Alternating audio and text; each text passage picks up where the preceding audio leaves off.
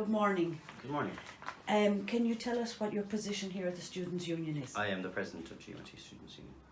And is the Students' Union, is that considered a trade union? Well, obviously we are a union that represents students, and we work alongside trade unions, and we sit at the same table on One Galway as every other trade union within Galway. So we mightn't be a trade union per se, but obviously we represent people like trade unions do, and we work alongside the trade unions to lobby for the same rights of our members as they do with theirs.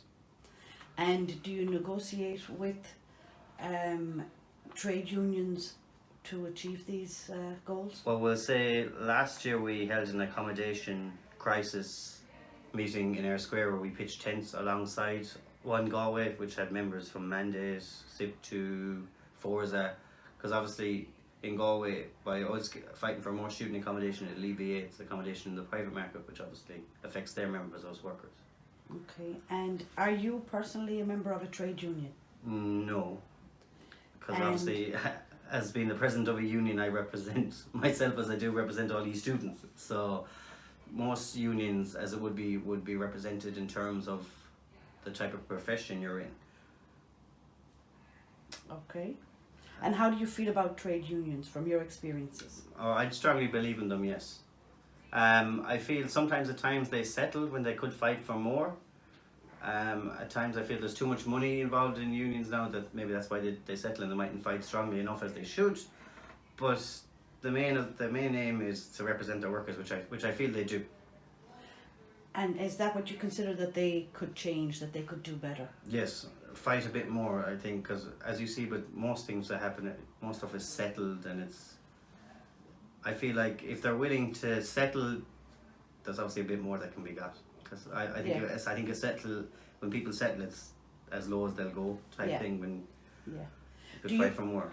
Do you consider that trade unions have a future? Oh well, they're strongly needed. As you can see, the way the world goes.